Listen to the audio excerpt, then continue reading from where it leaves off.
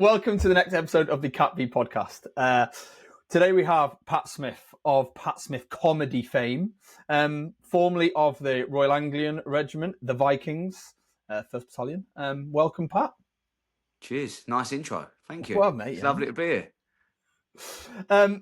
Mate, this is ace. This is ace. We've been watching you on Instagram for a while and didn't realise you were a veteran, first of all. I had no idea you were a veteran until we saw some of the non-military skits, then a couple of military ones, and it was like, this is. Oh, you watched the non-military ones first? Yeah, I was going to say, if you watch the military ones first, and you're like, he's just guessed all that. That'd be a stretch, isn't it? This is some accurate stuff. Yeah, I do get a lot of messages actually, just like, were you in the army? It's like, yeah, obviously I was in the army. Like, how would you guess all of that? That'd be just, yeah. I mean, I don't know that much stuff. Do you know what I mean? There's no way I can put two and two together that well. Mate, honestly, the thing is as well that cracks me up is, we mentioned it earlier, and just before we started, is like everyone in the army thinks they're funny, mate. And I think there is a huge difference, which I can't wait to get into, between being funny and having a little bit of banter and then standing in front of people, making people laugh, mate. That is like... It don't really it don't transfer that well. Like, there are a lot of funny people. Like, that's the best place. If you want to work with funny people, that is the best place to be. But yeah, it don't really work for stage, most of it. There's a lot of stories where you go up and you're like, oh yeah, this will work. It's definitely funny. And I found out very quickly, like, it's not. They're just fucked up. Yeah. Mate, before we get into the comedy stuff and what you're doing now, if your career, you served for 6 years, if your career was like a highlight reel, what was the bits that stand out, mate? Well, when I first got, I mean, as we was talking about before, it's sort of like, as everything was wrapping up, innit? As all the cool, you know, when you're a teenager and you're like, yeah, join the army, innit? Like, you don't really think about it. You're like, yeah, let's just go to war, that'd be cool. And then you get there and it's like, oh, everything was wrapping up. So all the fighting tours was like wrapping up. It's like, oh, we missed that. And then after a couple of years, you're like, actually, that was probably for the best, because everyone's just like, anyway, yeah, without going into that too much. So yeah, we done a lot of, I went loads of places, man. I think as soon as I got to battalion, we went out to Canada, done all the bits over at Battus over there. What was after that? I think Kenya, pretty much straight after that. Then we went out to Nigeria. We done one of them training tours in Nigeria. Them little STTs.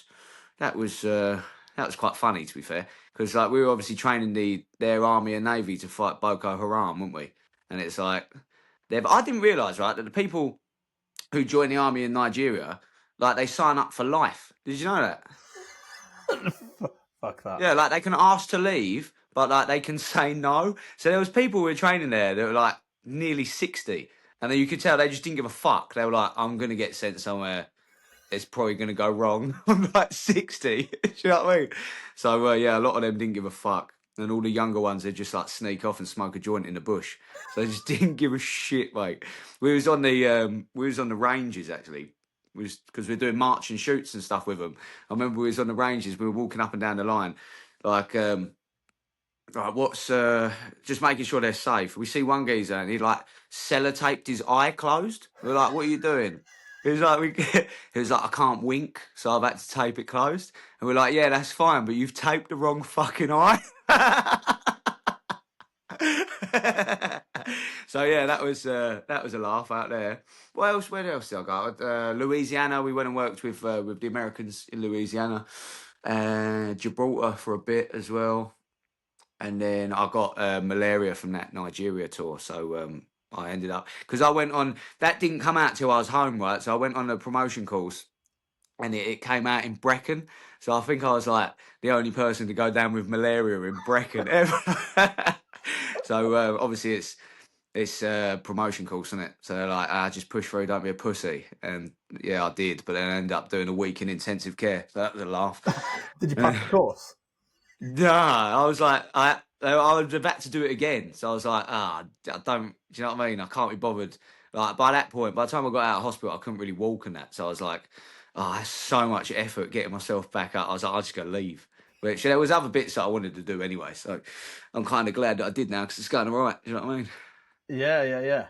Mate, when did you realise? Because you work in comedy now, you do that as a full-time job, Yeah. and we'll get onto that. But when did you realise that you could make people laugh? Well, I mean, people always say like, there's always comments and stuff like, "Oh, I bet you was right laugh in the army." It's like sometimes, but most of the time you're just pissed off, aren't you? You're just sitting in a trench or something, get rained on, just like, oh my god, this is like what? Why didn't I try harder at school? But yeah, no, I don't know. The whole way through, I suppose, if you look back, school, like the army, every job that I've had, it's always that's the only thing that I've ever really cared about. Doing whatever I want to do and having a laugh. Worst place to be in the army, isn't it? If you just want to do whatever you want to do, don't even own your own life. But yeah, I'd say I never really thought about it. I didn't. I sort of fell into stand up anyway, because I had no interest in actually doing stand up. I was just writing sitcoms and stuff like that. But I mean, before we get onto that, was there any other stuff you wanted to touch on before the comedy thing? No, no way, mate. Let's do it. Nah. Oh yeah. So that was pretty much because I was I left the army, went into like a desk job, and that was yeah, it was like it is what it is, isn't it? Do you know what I mean? COVID was all right because then I got to work from home, and then we'd done all right from home, so they just let us stay from home since then. So yeah, I was in the office for about 2 years, and for the last 4.5 years of that job, I was working from home, and I'd started a gambling company from home as well during COVID, which flopped within a year. Like it didn't go well. But in fact, I think I'm doing an advert for one of our competitors soon, which is quite weird. But it's weird how things come around, isn't it? But yeah, so I was sort of like after the gambling thing, I was like, I don't know, like what am I doing with my life? Do you know what I mean? I'm just doing this job that I don't really like. I'm pretty miserable. I don't really see anyone. Like that's the best thing about the army, isn't it? Is the blokes. I was like, I don't see no one. Everyone I talk to is just like work people that I don't want to talk to. It's like, why are you calling me? It's always a problem, isn't it? Every time you get a Yeah. call, it's a problem, and you're just like, oh fuck it, I wish that I didn't talk to anyone because like you lot are just causing me dramas. But yeah, so I started writing sitcoms after that. That's how it started. Writing sitcoms is just a hobby, and I was like, oh, I wonder if I could make one of the sitcoms. Um, so yeah, I just had all these jokes that weren't suitable for the script. I was like, oh, they might work for stand up. So if I want to make it, I want to be in it. So yeah, I thought I'd jump on stage, and then just straight away I was like, oh, I love this. This is great. And then just fucked off the script writing for like a couple of years and just focused on stand up. Where did you do the first stand-up? Was it like? Was it? Were you? So you were out the army. Was it just like an open mic thing, or what did you do? Yeah, so that was about it's just over 3 years ago. Um, yeah, just a local open mic. We got a little. In fact, the boys that run it, it's called Little Smash Comedy.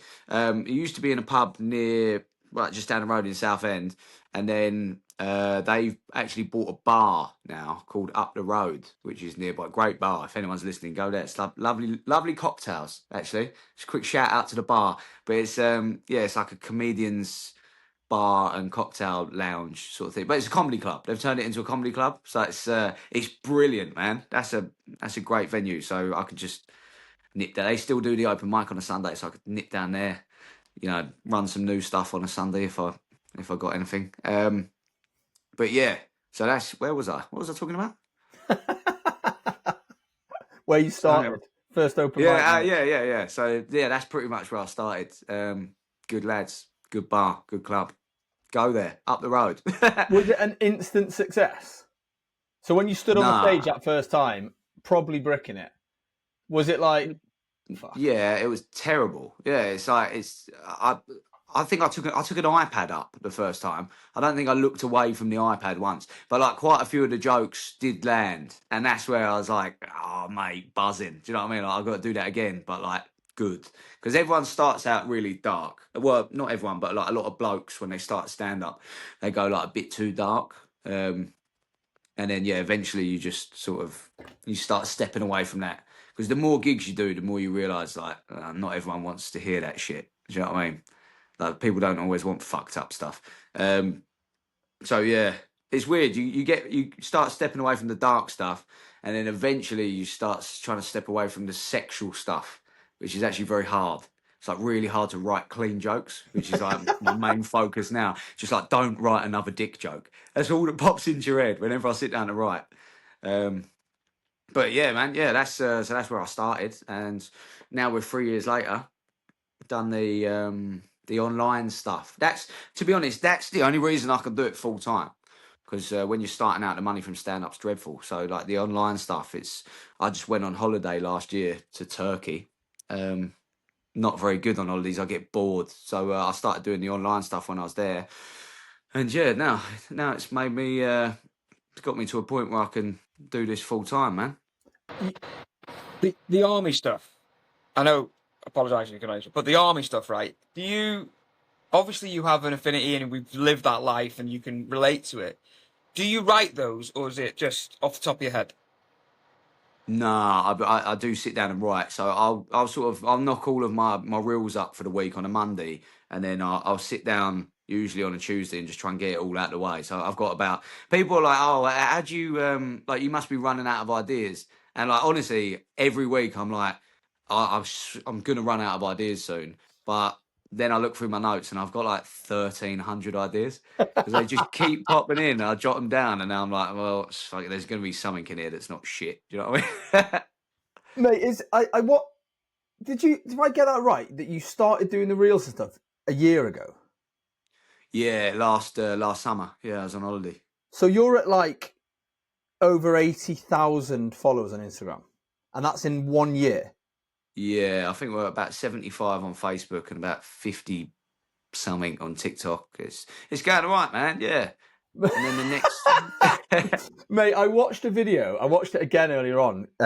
It's come up like, when it feeds you the algorithm, and it's the one Yeah. about going to the gym in the morning and going to the gym in the evening, mate. And it's got, even on Instagram, I'm not on Facebook, but on Instagram, it's got nearly 8 million views, and it is one of the most relatable things. It's madness, mate. Yeah, if I could write a few more of them, that'd be great. that one definitely done well, man. But yeah, I think that was my first one that blew up, which yeah, that went, as you said, like nearly 8 million views, which is, I'm happy with that. Do you know what I mean? That's all right. yeah. I'll take that. One of my favourite ones, mate, is the CBRN one. Yeah, I know. Honestly, I was very proud of that. Hell. There's only a couple where like loads of effort go in, and like yeah, that one, and I did a below deck one, which honestly, like normally I can get them filmed and edited within an hour, but that below deck one took me nearly 3 hours, and I was like, if this don't do well, I'm gonna be fucking fuming. Do you know what I mean? But it's, I think that actually only did like average, which pissed me off. But yeah, that CBRM one. Because I still got the suit. I was like, oh, I've got to do that. I was waiting to make sure that I was like really happy with the writing. Because yeah, I still had I don't know if I'm supposed to have that. You're supposed to keep. I don't know where I got it from. Yeah, the famous Army Navy store. Yeah, bought that. Yeah. Mate, when did you genuinely realise that you could make a living from it? That this was a genuine like business thing? When did you punch out of your job and go, I'm doing this full time? No, I didn't. I got made redundant at the end of last year. We got bought out by another company, and they chopped everyone. I think they got into liquidation now, which is good. But in fact, you know what? Like, thank you to them. Do you know what I mean? Because you don't take the leap. So I've got loads of mates who are in jobs at the minute, and they're like not that happy, and it's like, just do something about it. And it's like, yeah, and I fully understand why you don't, because like I wouldn't have. Do you know what I mean? And you need to get forced into it, but like you can do it. That's the pressure is what makes you. Because I weren't even making no money online. I was making like a couple of £100 a month from stand up, and then nothing online, and then I got monetized on TikTok. So I was looking at lorry driving jobs. Because I didn't want to go back into an office. So like in December, I spent 2 weeks just like. I had a few interviews, I got a few job offers, and then I got monetized on TikTok, and I was like, maybe I'll just give it a go. Do you know what I mean? I've got a bit of redundancy money. I'll give it a go for like a couple of months, and yeah, just straight away things started rolling. Got a bit of, in fact. I got a bit of. I was doing a little bit of labouring here and there just to keep me ticking over. So, cheers to Kurt and Mitch for that. Thank you. I appreciate them days here and there. Did you get any But yeah, content man. from the labouring? Any content where you're like, this is gold. I did try, but I didn't know it enough. Do you know what I mean? Yeah, It's yeah, like I didn't even feel like a real labourer. I felt like I was just posing as a labourer. Just I don't know. I might revisit that though, because there's got to be something there. No. You have done some. What was the one with the gardening? That was fucking hilarious. Were you Which Were one? you shifting all the buckets? Oh yeah, that was just us doing our garden. Yeah. I thought I got to get a fucking video out of this. This is shit. You know what I mean? That I weren't happy with that. Honestly, doing much. So, how long have you both been out? Paul left. When did you leave, Paul? 13. 2013. 2013, I left. I left And in when did 21, mate. You left in 21. Yeah. So like, do you? So obviously, I'm guessing you boys still work out. Like I still work out quite a bit. But if I have to do like labouring and like actual manual stuff, I'm fucked. Like you forget how quickly does it go? Because you obviously on exercise, if you like digging trenches or whatever, like you are fucked in it. It's just normal. But you don't really think about it, and you're in your 20s or whatever, and you recover a bit quicker. But like now, mate, then like after that bucket day, I was like, I feel like I've been hit by like 9 buses. I don't, just old and pussy now. I guess it's just is Mate, what it is. I get it totally. My missus is like, oh, would it be really nice if we had like a bed, like a garden bed there? We'll get the wood. And I'm like, yeah. And Yeah, you're like, digging it yeah. up, mate. Digging and moving soil has got to be one of the most soul destroying Yeah. jobs, mate. I Do you know. know what I mean? And she's like, oh, can it be bigger? Can I have a frame round it with wood? I'm like, no, you can't. This is it. This is my best. Honestly, we got that. We were doing the garden, and we had to get some blokes in to finish it in the end. I was just like, I'm not. I dug it all out myself, right? And it's in fact, I've got a joke about that at the minute on stage, where it's like took me 3 whole weekends of digging over 9 months. Genuinely, like I was just like I put it off every time. Like a whole weekend of digging, I'd be trashed, and then you can't work out because you're old and your back goes, and it's like, okay, brilliant. That's so that's like a week of fucking trying to like get out of bed, and then yeah, I'd like it'd be like a month of her moaning, and then I'd get back in the garden, and then you know that you're losing another week, fucking walking out hunched over for mate, I hate it, horrible, shifting hardcore and that. Ugh. Mate, with the comedy stuff, right? With the comedy, the writing, do you lock yourself in a cupboard type thing and go, I'm going to purge my brain, write it all down. That's going to be good as a reel. That's going to be good for stage. That's going to be good as a sitcom. Or is it just less Keep it all organised? separate. No, we keep it all separate because I've got like I'm a bit like I get a bit OCD, so I've got like loads of different lists. So I've got like a weekly writing list of things that I'll go through. So like work on my stand up, obviously write my skits for the next week. I'm doing a podcast with another comedian, which is like half talking bollocks, half writing sketches. And that's what I was saying about that picture. Actually, you was asking for a picture, weren't you? And so we write the sketches on the podcast, and then with the intention of you can watch them get written and then see them. So we're going to get them made as well. And we got the first one made yesterday. So we were filming some zombie apocalypse sketch. So I got a really nice, high quality picture of me covered in fake blood, which I don't know if it'll come out, but I couldn't get it off. It's still on me a little bit. I had to do the school run with fake blood on my face this morning. But yeah, man, that was great fun. So I don't know if it's suitable, but it might be a nice picture. Get it on, mate. We'll stick it on. Give the fans what they want, mate. Yeah.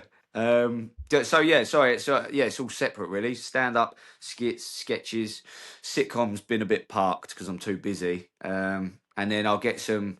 If I get any adverts, obviously, like have to write them, do a bit of writing for other comedians as well. So yeah, I'm very much like I'm happy on my own. Do you know what I mean? I lock myself. My missus is at work. School holidays are a fucking nightmare because she's a teacher, so she's here and the little one's here. And then I'm like, I've started. I have to go to my sister's or something. Do you know what I mean? Just so I've got a bit of space to think. But no, yeah, I'm pretty much that's it. Hermit. Do you know what I mean? Lock myself away and just think and come up with some weird shit. Mate, does your missus think you're funny? And the reason No, I ask, I was about to say, the reason I ask is I think I'm quite funny. Absolutely. I'll laugh at stuff and I'll say, Miss Helen, look at this. And she's like, grow up, will you?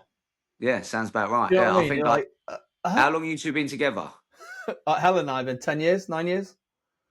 Yeah, see, we've been, yeah, No, that's long enough. But like we've been together for, I think end of the year it'll be like nearly 19 years. So that's like because we got together like really young, and that's yeah. I mean, she's just sick of me now. And it just goes that way. It's just Yeah. you wind them up too much, and then everything like what used to be funny and like, oh, what's he like? Now it's like, shut the fuck up. You know, it's just it is that is how it goes. But Mate, yeah, yeah, no, it definitely does. The reason Paul's not speaking a lot, by the way, is because for people listening, is he is in North Wales in Snowdon National Park, and the rain is biblical on his Wrigley tin roof. yeah. I don't even can hear it. That's what it's like.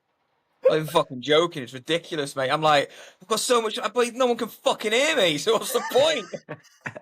Well, hats off to you for living there, though. Thanks, mate. Thanks. Was Cheers. that was that a bet? Did you lose a bet? No. Now that do you get out on the hills much? Yep. Yeah, Everywhere's that's a quite hill here. nice. Everywhere's a hill Huh? here. So yeah. Yeah, yeah, that is quite nice actually. To be fair, we got a few. We've got Hadley Park near us, so within like half an hour, I can do a nice little hill walk to a castle, and it's like it is lovely, isn't it? Not in that rain, but like it is lovely. Yeah, yeah. Mate, with like with the stand-up comedy space and all the things you're doing with gig and everything, right? What's like the biggest lesson you've learned since you've done it? Since you took it up, I guess, professionally, what's the biggest thing you've learned? You know what? It's quite similar to the army. It's like just not giving a fuck. You know how everything gets a bit easier and just things go better when you just don't care as much. There was that little switch that I noticed in the army where it's like I don't give a shit about anything anymore, and then suddenly you just become a better soldier because you're not overthinking. That's the hardest thing because you do it's naturally you're just gonna overthink it as soon as you get on stage. Well, when you're waiting to get on stage, it's just like, oh fucking hell, I've got to remember all this exact words. It's like, nah, just go up there with a gist, have fun. Do you know what I mean? You know if like people aren't feeling you. I don't know. It just takes time, but yeah, try to give a shit less. Which is and the writing. The writing's very important. That is the crux of everything. Do you know what I mean? If my writing, it's lucky for me because started with the writing. So the writing has always been my main focus, and then the confidence had to come later. I had no confidence to start with. I really had to work on that. But yeah, like the writing's that's what makes all of your money. Do you know what I mean? Literally writing for other people, writing for your own stand up, writing for the stuff online. Like it's all writing. There's not a great deal of stuff that I just wing. I might get an idea in the moment, but then I'll still sit down and spend half an hour and write it before I film something. Do you know what I mean? Otherwise, it will be shitter. Yeah, yeah. See, when you're writing for sorry, Paul, when you're writing for other people, do you come up with something and think this is a great skit for that person, or is it they come to you and say, "I need a bit of help. Can you put Both. something Yeah, together?" it's both. Like usually just any ideas, anything that I see, I'll pop over. Be like, do you want anything on that? It's usually because if they don't, then I'll have it. Do you know what I mean?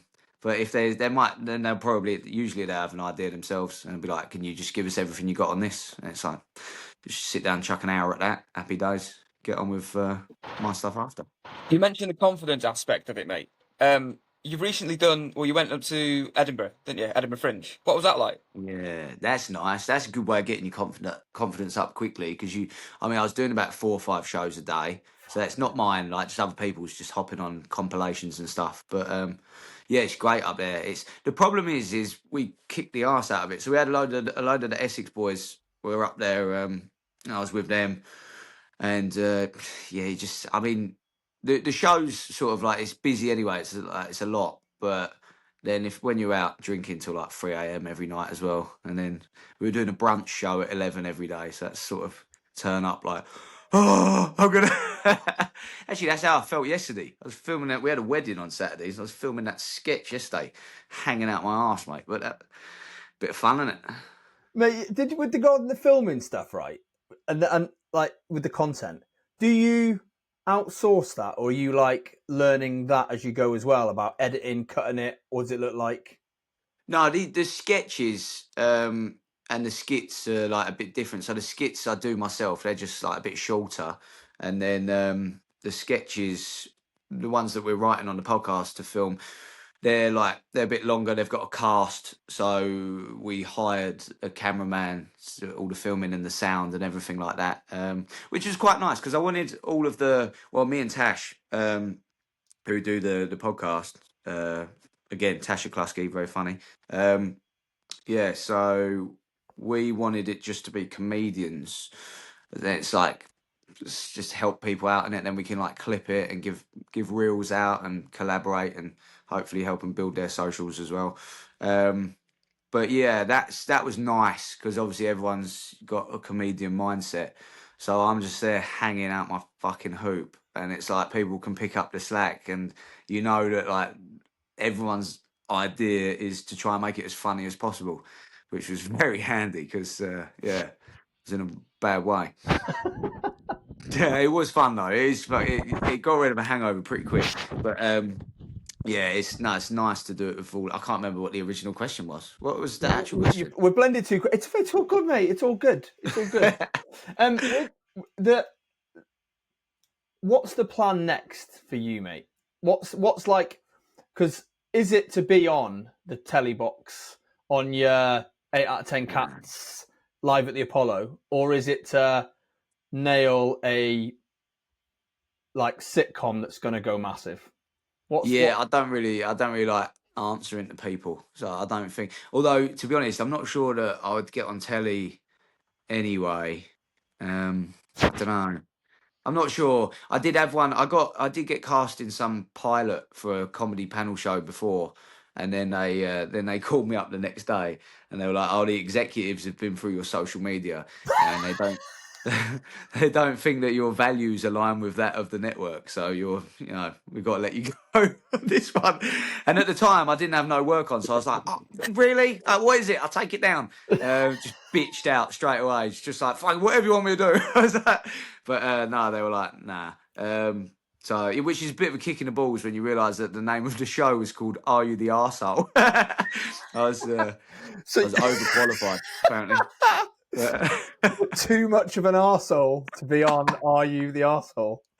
Apparently, but yeah. Now I think about it. To be honest, when you start getting like a bit of where you get monetized on the socials, and then like a little bit of writing work here, and then you've got some stand up income, and suddenly you're like, oh, I don't have to worry about the bills, and I've got like a little bit of extra money to like pay a cameraman and someone to do the sound for these sketches. And I've got the equipment for the podcast, and I've just built built a studio.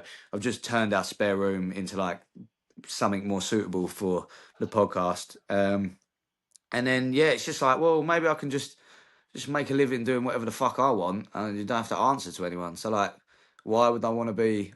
I mean, I'm sure it's more money, but eventually maybe it wouldn't be. Like a lot of people make loads of money out of podcasts and stuff like that. So see how it goes, I guess. I think it's fascinating, mate, because like I grew up watching things like Whose Line Is It Anyway, The Fast Show, things like that. Thinking comedian and comedy just is I love it. Absolutely love that kind of stuff. But back then you didn't have social media, so I don't watch anything on telly comedy wise now. It's like all of the comedy is on social media. Do you know what I mean? There's so much available to you where you don't have to, so much exposure, free exposure for up and coming comedians. I think it's a good time. Yeah, I mean, it's mad, isn't it? I mean, like, I've got like I know a lot of comedians that still sort of going down the TV route, and it's great. I mean, like the money's still good. Like there's not as much work as there used to be, but I feel like I've sort of like bypassed that and skipped it. In the same way as that's another route into growing a stand-up career now. Like you don't have to go on live at the Apollo and get all of this stuff. Like you can just build up an online following and eventually just sell out your own tour. But the problem with that is that I don't want to rush that because you've got to make sure that the show's very funny. You don't want people coming and being like, his videos were all right, but fucking, what was that? You know what I mean? Or like 10 minutes of it's good, but you're doing an hour and then people are leaving. It's like, yeah, fucking, I'm not in any rush to do that. But it all gets there, doesn't it? I do it. Yesterday was great fun though. All of that filming. That is definitely the way that I want to go with it because, obviously, when the podcast's a bit more regular, and we can maybe get an episode out a week, then ideally we'd have more sketches to choose from. Then we can start filming a sketch a month, maybe something like that, or a couple, if possible. I don't know. It took fucking 4 months to arrange that one just because we had so many people involved. But and then yeah, that's a bit of a practice for. So the sketches is the filming side of practicing the production for like an army sitcom that I wanted to do, which is actually what I started writing before I started doing stand up. That was the sitcom that I was working on, and the army videos were the other side of that. So like me practicing my writing for the sitcom and seeing what works, and it is working. So I think that. I don't know. I remember sitting there thinking with my mate when I was writing the sitcoms and being like, well, I mean, Ricky Gervais sort of come out of nowhere. It was like, I mean, I know he was doing bits and pieces like the 11 o'clock show and stuff like that, and he was on the radio and stuff. But I mean, really, it was just The Office and then bang. Do you know what I mean? So, like, it is possible. I mean, I know that was telly, but now I feel like that is possible online. So I feel like it's happening. It's just not quite there yet. It's all right. Yeah, I think the Ricky Gervais sample is really good, mate. There's a podcast you can get, right? But it's not actually a podcast. It's available on podcast, but it's essentially when he was on XFM with Merchant and yeah. I've listened to all of them about 9,000 times. I swear to God, mate, Paul. So this podcast basically, right, is they were on a radio show and they basically have made a podcast by cutting all the music out of this radio show and just had the small clips of them chatting. It is hilarious, mate. It's the best thing ever made. No question. And this is before they were famous. I think The Office was just coming out, so they make a few references to it, like now he's big and famous because The Office had released 3 or 4 episodes. It is fucking brilliant, mate. That got me through every single thing I ever did in the army.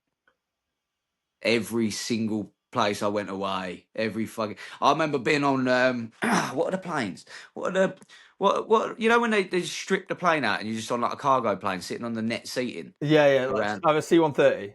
Yeah. And I remember being on one of them on the way back from, I think it might have been Nigeria, actually. Which is, you know what's mad about flying with the military? Is like, we'd be on one of them planes and we'd stop. I think we stopped in Algeria and everyone's like 20 metres away from the plane while they're refueling, just fucking ashing up.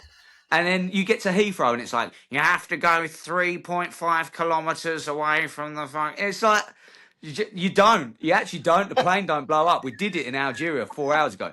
But again, I can't remember what the fuck I was saying. Oh yeah, no. So I remember being on one of them planes before they had like noise cancelling headphones, just them shitty old iPhone headphones, and it's so loud that I couldn't hear the podcast, and I was like, "This is the fucking worst thing." This is like all I wanted to do was just desperately trying to make out some stupid shit that Carl Pilkington's saying. I couldn't. I was like, "Fuck!" It's like 7 hours of fucking. Mate, the relationship between the three of them on that is like Merchant, Pilkington, and Ricky Gervais is like, mate, it's another level, mate. And because I think it's from 2003. Yeah. Something stupid like that, and somebody's thrown it into I'd say put the clips together. I think it's like that's the bit I love about it. It's that it seems quite raw. Do you know what I mean?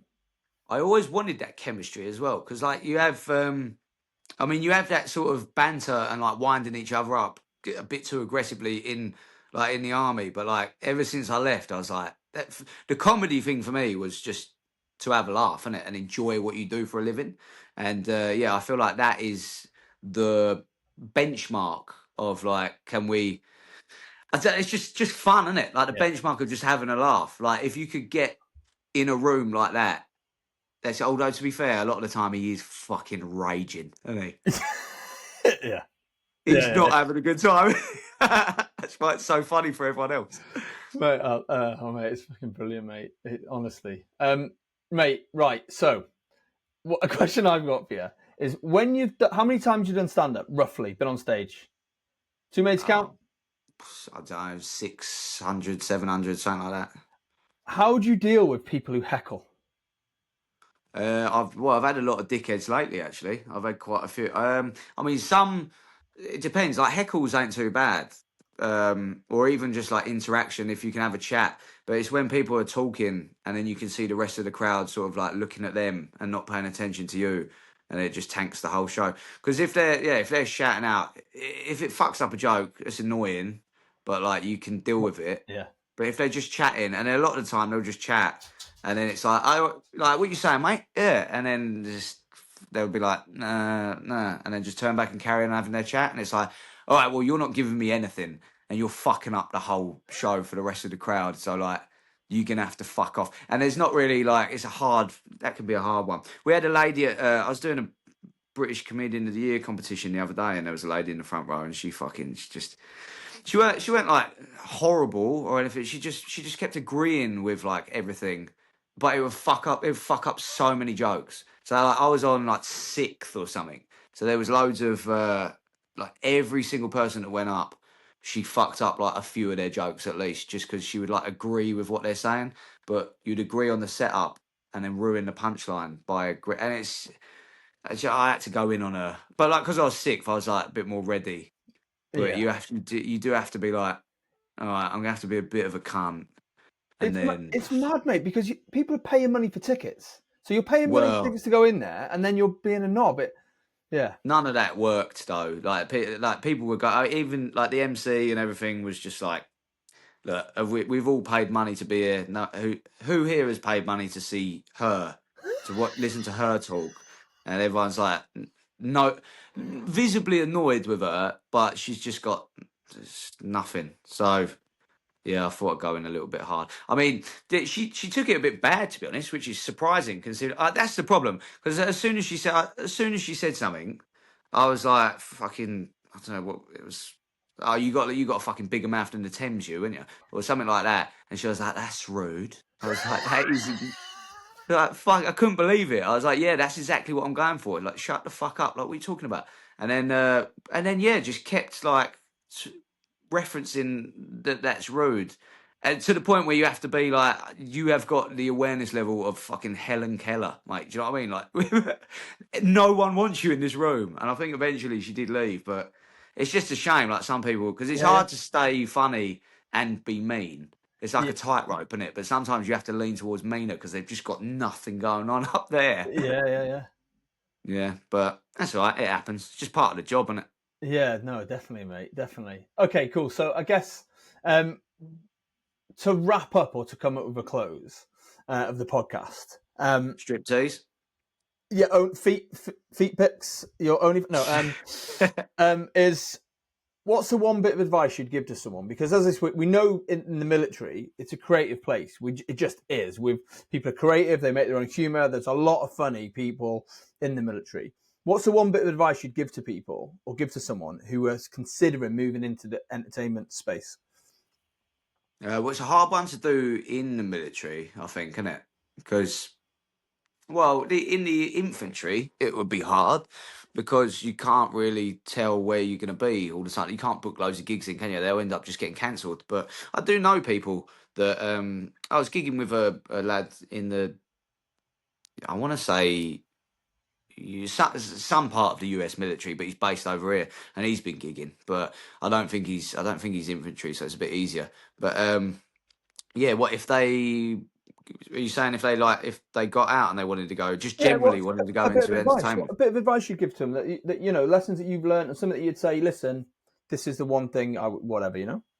I'd say just do it. That's the thing, because you can't really plan. Do you know what I mean? You just got to, as much as I say, do it. Obviously, if you're going to do this, then just to reiterate, the writing is very important still. So don't not plan it, but whatever you want to do, just get the fuck on with it and do it.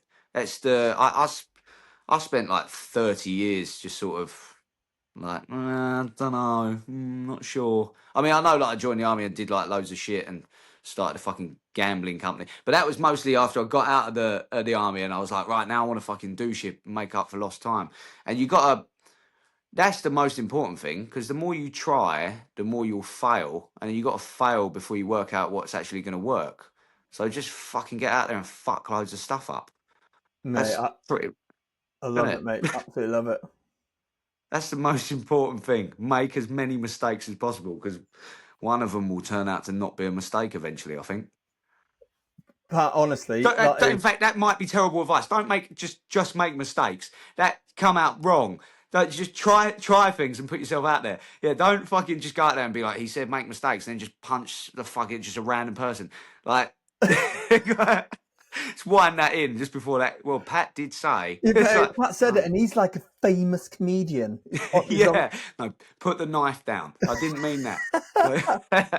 Pat, listen, thank you so much for giving up your time, mate, for coming on the podcast, for to have a conversation with you and learn a bit about where it all started and where it's all going is fascinating, mate. And honestly, best of luck for the future, mate. It's been ace. Yeah, cheers, dude. Well, thanks for having us on, boys. 100%. Thank you so much, mate.